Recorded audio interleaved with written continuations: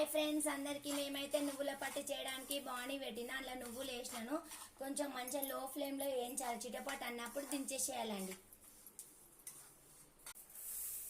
ఇవి కొంచెం మంచిగా చల్లారాలి చిటపట్లాడినాక పక్కన పోసేసి ఒక కప్పు బెల్లం తీసుకోవాలండి అప్పుడే క్వాలిటీ చాలా బాగుంటుంది నేనైతే బెల్లం ఇంట్లో వేసేస్తున్నా కాదు టైం పడుతుంది మంచిగా ఇది మంచిగా పాకం రావాలి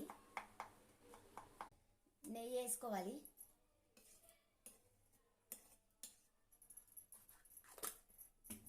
మంచిగా కలుపుతా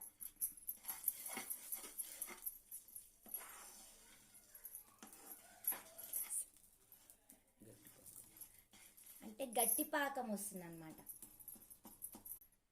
చూద్దాము తీయ పాకం వచ్చింది వాటర్ వేసి చూడాలన్నమాట ఎట్లుంది ఏంది గట్టిగా అయింది ఇట్లా వస్తే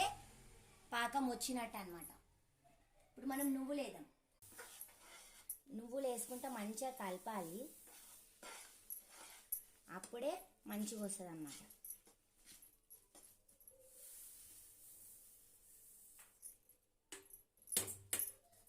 నువ్వులు వేసేసిన మంచిగా కలపాలి ఇలా మంచిగా కొంచెము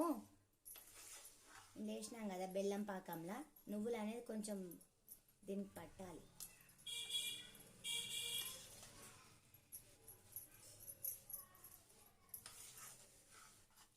సూపర్ వచ్చిందండి నువ్వుల పట్టి వస్తుంది మా పిల్లలు అయితే రాంగని తింటారు ఎప్పుడు చేసినా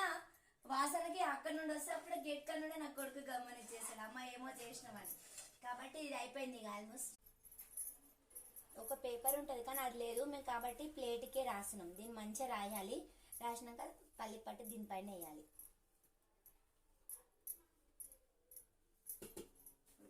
స్ప్రెడ్ చేయాలి మంచిగా బాగా వస్తుంది లాస్ట్ ప్లేట్ పైన వేసి ఇలా ప్రెస్ చేయాలండి పల్లి పట్టి రెడీ అయిపోతుంది ఇక